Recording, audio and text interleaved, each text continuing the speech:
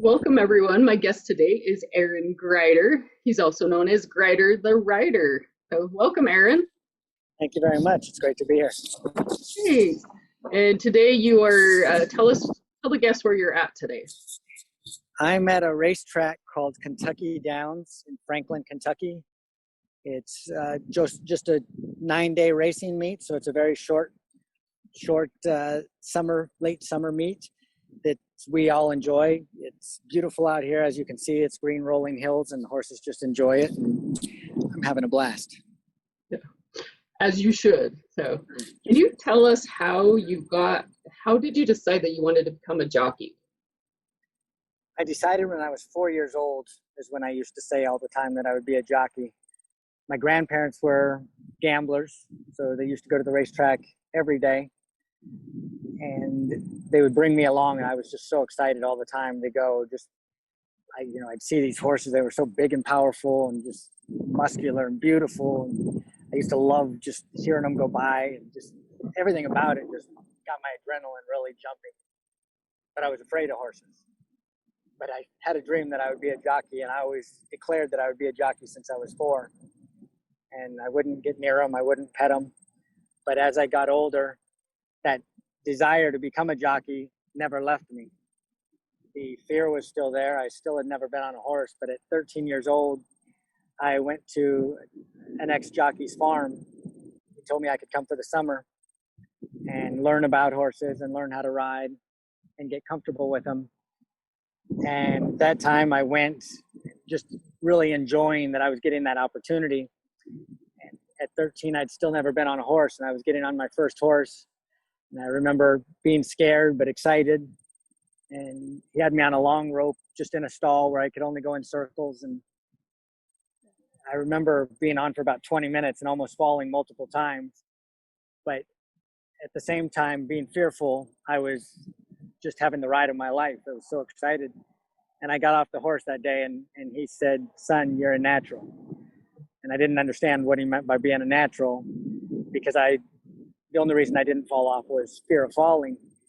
But at the end of that summer, I was getting on more and more horses, and I called my mom and dad and said, "Is it okay if I don't come home?" So I had just turned 14 years old.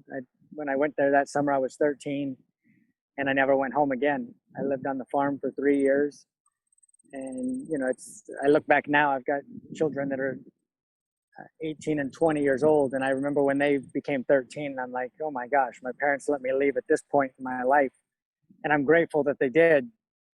But I just look back and think, I could never tell my children not to do something, because I was always given that opportunity to live my dreams. And whatever it took to get there, my parents allowed me and gave me that opportunity to do. So I was very fortunate.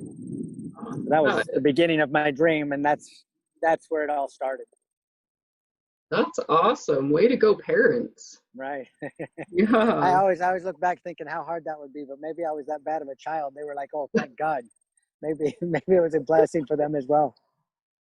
Oh, I highly doubt that, but I didn't know you as a child, so. I was a pretty good kid. Yeah, but that's awesome. And you said something about you have a fear of falling. So have you ever fallen off a horse? Oh, I fall off. Yeah, I've fallen off plenty of times. Sometimes when they're going slow, sometimes when they're in races. I never fear it anymore.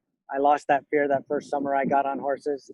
There's nothing about racing that I fear. And it's an extremely dangerous business. In North America, we average 2 deaths a year as far as jockeys. I just had a friend last week who's 26 years old, and he fell and was unfortunately trampled by some following horses, and he's now paralyzed. That just happened last week. So it's a very dangerous business. And, I think there's danger in everything we do, so I've never focused on that. I've been very fortunate. I've fallen multiple times. I've broken, 30 to 35 bones. And, the first thing you do when you fall is think, when can I get back on? Yeah. You love it that much. And it's, you can't live life fearing what's out there, because you'll find it a lot more often when you're looking for it. It's so true. So true. Yes. I always say what you focus on grows. That's so true. You know, a lot of jockeys, as they get older and they start not getting as good amounts as they used to, they put them in the winner's circle as often, and they keep pushing and pushing and pushing till just looking for that next big victory. But they start, as they're winning less, they start to doubt themselves. They start to get a little bit depressed, and then they start thinking, you know, what if, and all of a sudden that what if shows up and they get hurt. And you know, I've always said to myself, when the fear starts to take over, or if it ever enters my mind, I know that's the day that I walk away and say, thank you for a great career. But, you know, I've been blessed, and I don't fear anything. I don't, you know, I love the challenge of life. I love the challenge of, again, what I love about racing is, I don't know, I take more into my life, what it's done for me, than a lot of jockeys appreciate what they do as a career. But I look at it, and it's taught me every lesson I've ever learned in life is through a horse, through the racetrack, through the business we run. And, you know, horses have taught me to be patient, to listen. You know, if I go out there and ride a horse and try and tell them, this is my idea, what we're going to do, I won't get the results I want. But if I jump out of the starting gate and allow them to get comfortable, listen to what they want, and become one with them, then all of a sudden they'll do what I ask them to do and get much greater results. So I find that in life, it's the same way. When I was raising my children, when I was married, when different things, it's listen. You know, it's not just your idea that matters. Listen to their idea. There's a different way to go about it. Take in what they say, and then all of a sudden become one and try and go across the finish line together with all your relationships. And horses have always taught me that. So I've been lucky, the life lessons that I've brought out of racing. You know, horses have done that to me. That's why I don't look at it as a job. It's my life, and the lessons that they've taught me will carry me through my life. That's awesome. That is awesome. Is there a favorite horse that you've ever ridden? There's a couple favorite horses and races that I've ridden and won with, but all for different reasons. Excuse me, I'm looking off sometimes. I forget, just because it's so beautiful here. I look around and Okay. look at these horses traveling around. That's You're very okay. rude of me. Oh, To no me, worries. thank you. To me, there's different reasons I've liked some horses and why certain races meant so much to me. In 1987, I was 17 years old. My father was 42 years old and was my biggest fan. Used to come to the racetrack all the time. And one day he was leaving for a couple of days and came and gave me a big hug, and he said, "I love you, son. I'm going to miss the races tomorrow. Go win a race for me." And I said, "I will, Dad. I'll see you in a couple of days." And that was unfortunately the last time I ever saw my father. He was driving that day, and he had a heart attack, and as he was driving through the mountains, and his car went off the side of the mountain. Goodness. So I found out that night, and you know, I knew I needed to change, and I needed to become a man at 17 years old and take care of my brother and take care of my mother and take on his responsibilities. And I was willing to do that. He had put he had done so much for me in my life and my mindset about how to go after life, that I knew I was ready for it, and I needed to do it for him. And the next day, my mom didn't want me to go to the races. She said, "It's too much. You know, you won't be thinking right on the horses." And I said, "No." When he gave me a hug that day, he said, "I love you, son. Go win a race for me tomorrow." And I said, "This is one thing I'm going to do for my dad." So I won on a filly. Her name was Tom Sweetie. And to most people, the race didn't mean that much. There wasn't much value in it as far as financial value. It wasn't a prestigious race. But to me, it's the biggest race I've ever won in my life. So you know, there's different reasons why certain races stand out. Yeah. Then many years later, I went on to go ahead and win the biggest race in the world, and that was in Dubai. So obviously that stands out, because you look at a little kid that wanted to ride when he was 4 years old, afraid of horses, goes on, and you know, many years later he's in Dubai winning the biggest race in the world. It's one that stands out. So there's different reasons I like different horses. They all have different personalities, and they've all taught me something. That's fantastic. So, that had to be hard as a 17-year-old to lose your dad that young. It was hard, but it was amazing that I never questioned why me. I never thought I wish I had more time. You know, sure, I wish he was still here now, but I never went day to day thinking that. I just went from that day forward. I worked harder, and I thought I'm going to be great. I'm going to do this for him. He wanted to see me win my first. They call them stake races. They're the more prestigious races that have the bigger purse money and prize money. But he always wanted to see me win my first stakes race. I was just a young kid. I was an apprentice at the time, my first year riding, and he didn't get to see that while he was alive. He said he wanted to do that and see me be a leading rider at a racetrack and lead the jockeys in the standings. So the day of his funeral, I went to his funeral and did his eulogy, and then I left the funeral and I went to the racetrack, and I won my first stakes race the day of his funeral. So to me, I felt that that was for him, and he saw that. 3 weeks later, I went to a new racing meet and won the first riding title of my career. And it was a 2-month long season, and I was the first apprentice to ever do that in the racetrack's 75-year history. And again, I felt like he was there. So I've always taken the power and the energy of the way he left this earth was, "I love you, son. Go win a race with me tomorrow." And it was powerful because I've always appreciated that I got to say goodbye to him, not knowing. But I got to have the last thing I said and the last thing we did was a happy moment. And to this day, it's been 34 years. I still go out thinking about what would my dad want? How would I be able to make him proud? So I never looked at what I lost. I just always looked at what I gained and how I can continue gaining from the things he taught me. That's awesome. That's Yeah, awesome. I was very fortunate. Yeah, yeah, yes, you were absolutely. I lost my mom like it was 9 years this year, and she was younger, and so, but that's one of my goals. It's just to make her proud. So I understand. It's never easy. So there's always going to be setbacks, and but you have to know that they're with you and looking down on you and proud of the things you're doing, and they want you to succeed. That's what keeps you driving and pushing. When you do it for something besides just yourself, it gives you the energy and I guess the knowledge of how to do things properly. Absolutely, absolutely. Oh, is there a certain track that you like better than another? And you said you lived in Hong Kong, so maybe you can explain a little bit about your history, where you've lived, and the different races you've raced.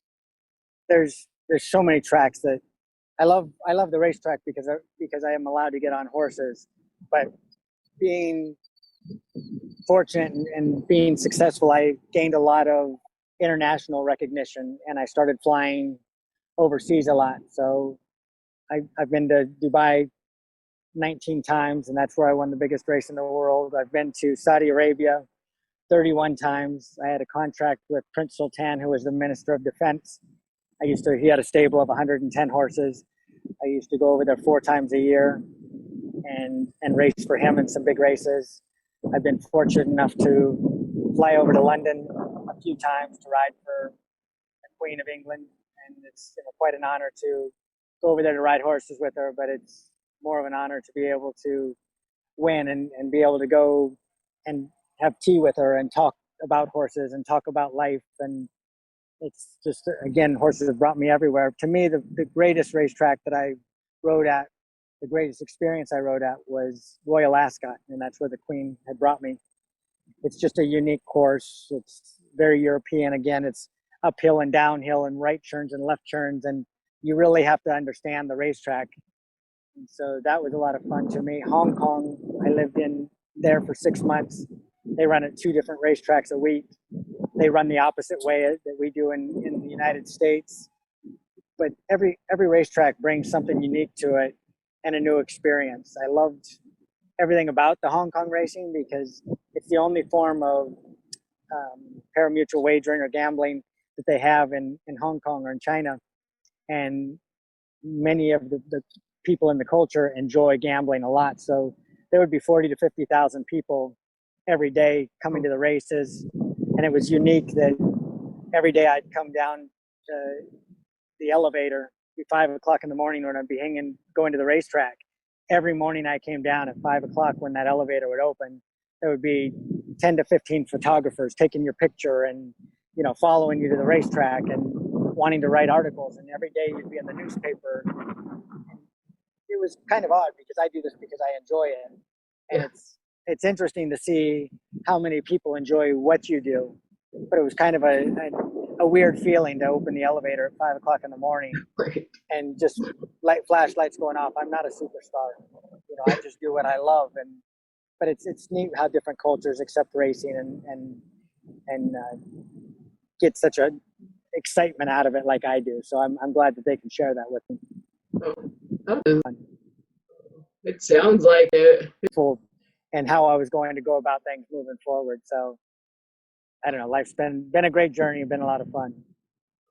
It sounds like it. It sounds like it.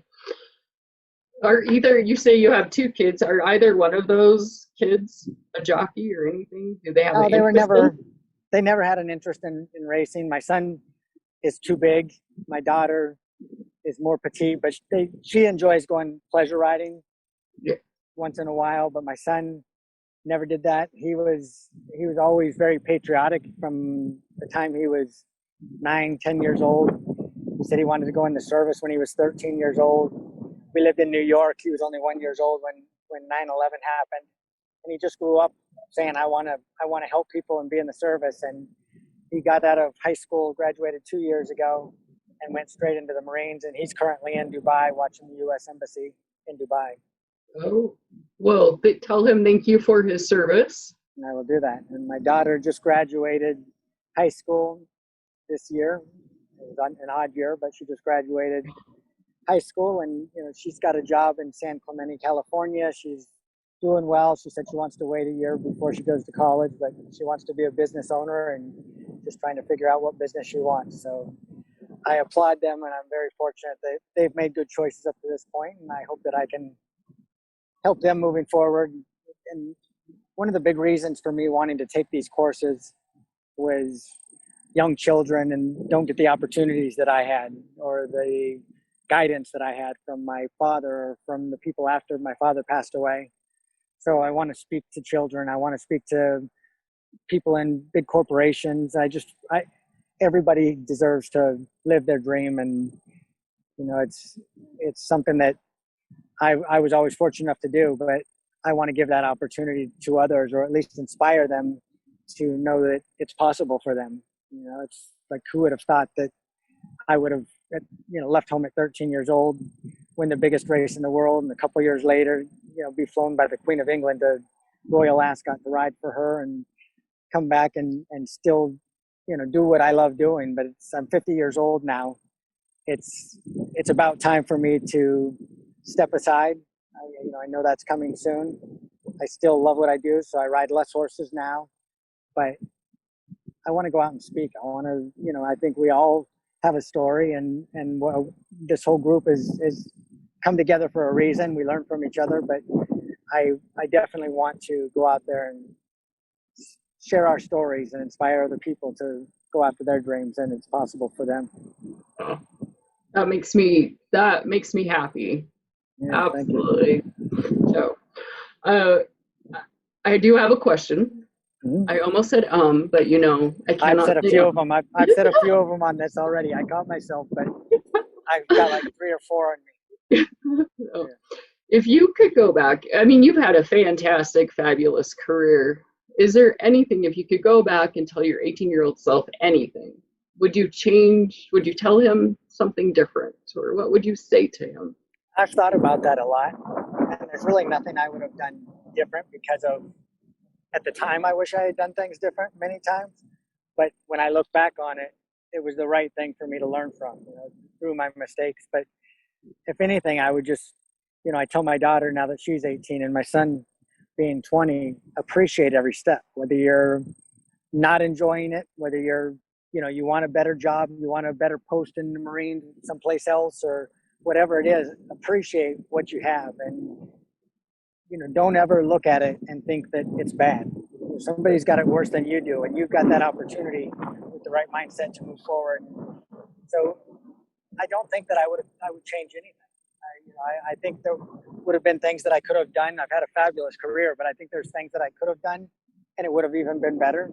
And people ask all the time, don't you wish you would have stayed in one place and you would have really been, rooted in one area and one circuit, and you would have won a lot more races? And I say no, because I've got friends all over the world now and experiences that I may have never had. It's like I didn't have to pay for my travels. I got to go because a horse brought me there, and my expenses were paid, and I got to experience it doing what I love, traveling the world. So no, I wouldn't change anything.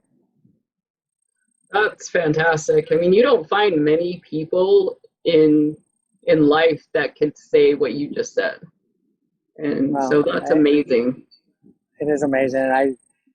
And again, that's why I want my kids to appreciate everything, the good times and the bad times. And I tell my son, he gets bored and he says, I want a new post. All the kids want to be, he's very fortunate. He's guarding the U.S. Embassy. And I told him, you were chosen for that. They don't just let anybody do that. And it's an honor that you're doing that. And he said, I know, Dad. But he said, I've got Wi-Fi, I've got an air conditioner, I've got my own room. He said, it's not fair. He said, some of my friends are out in a tent in the desert, and that's what I want to do. He said, I feel like I need to do more for the Marines. And I said, just appreciate that air conditioner. You're in Dubai and it's 125 degrees. But I understand and I respect that he wants to do more, and doesn't feel that he should be in an air conditioned room when his friends are. And I said, because of your attitude, you'll go places, because he is very humble, and he feels that he should be doing more, and he shouldn't have that shower every day, and that he should be living in a tent. And, he said, I should be struggling along with him. And I told him, there'll be struggles along the way. Don't you worry. They'll come along, but just appreciate every moment and learn from everyone behind you. Sounds like you're a great father. Well, I try to be. I'm fortunate that I had a great father that, even though he was only around till I was 17, I still hear his voice. And, I like to share those things with my children. One thing I did when I was young, when my children were first born, it was in 2000 and 2002, I've never been a big diary person. I never wrote things about myself or my career. And I did that with them. And I never even told, I was married at the time for many years, but I never even told my ex-wife that I kept a journal, things that I would do with my children. And I just was traveling a lot and out of the country a lot.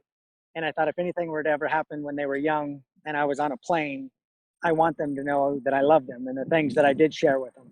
So I ended up doing that for many years. And last year at Christmas, I gave both of them that for their Christmas present. And it was the coolest thing that I felt I could have given them. It was something that my daughter and son said, I can't believe you did this. And just look back on the experience that I wouldn't have remembered or, wouldn't have been able to share with them had I not done that. So I was glad that I was able to journal them growing up and give that to them as 18-year-olds and 20-year-olds, or 19 and 17 at the time. I bet that was the best present they could have ever received. I would hope so. It was. I know my daughter called crying a couple times, just saying, I can't believe this. I just read 20 pages and this is amazing. And so it was fun for me that she enjoyed it as much as I enjoyed writing it. Oh, that's fantastic. And we're coming to the end of our time. So I'm going to ask you one last question. But prior to that, do you have any questions for me or anything you would want to tell our viewers? Well, I always ask, what is it that you're in this program for? And what are you looking for in your future? Oh, well, the reason why I joined, Les's Power Voice course is because I'm advocating for my Black human friends for belonging. And I got requested by my African-American sisters, and I asked them what I could do for them, and they said, you need to help us fight for our rights. And so with that, like the next day, Les Brown had his Power Voice course pop up on my Facebook. And so I was like, and by nature, I am shy. And so I was like, I'm going to find my power voice so I can fight for these guys. to me, there is an issue in the United States, Sure. and honestly, probably internationally as well. But right now, I'm focused on the United States. And so that's why I joined the Power Voice course, is because I am finding my power voice so I can advocate for my Black human friends. But yeah. I remember seeing your video, and I know you're very passionate about it. It shows in your emotion when you speak about it. So that's great.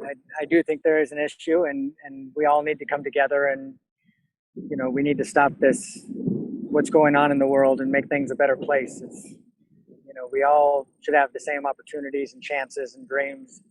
And, I applaud you for doing that. So thank you for that. Well, thank you. Look, I'm getting emotional again. Yeah, so that is why I joined the Power Voice course. But I think it's so neat because in this course, there's so many people that are doing it for different reasons, and some are to do like you're doing, or I would love to go out and speak with, big audiences, but also on the side, I love going to schools and talking with children and doing different things.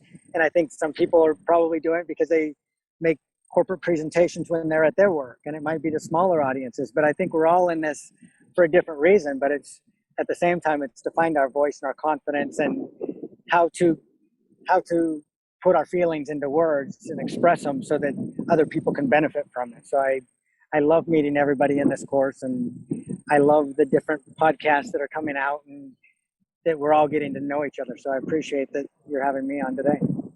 Well, you are very welcome. It's my honor. Thank you.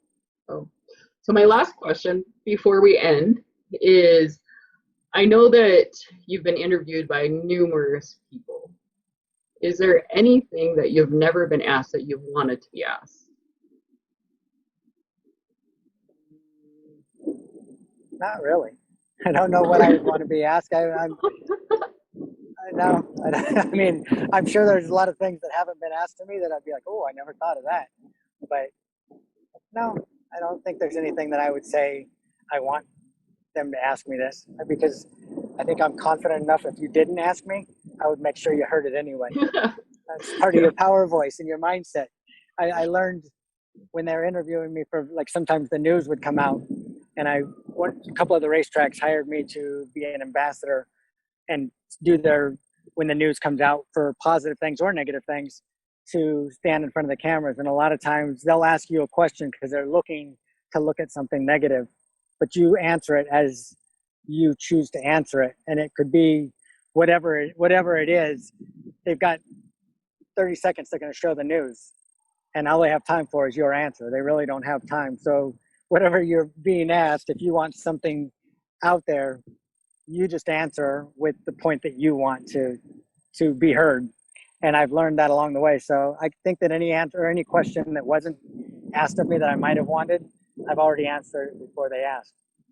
I don't know if that's rude, but I got my point across. I think that's fantastic. That's awesome. Oh, well, thank you, Aaron. Thank you for your time today. No, it's such a pleasure. Thank you. Yes, I appreciate it. Well, I wish you the best of luck and look forward to speaking to you again. Same to you. So right, have a fantastic day. Thank you. You too. Thanks. See you in the winter circle.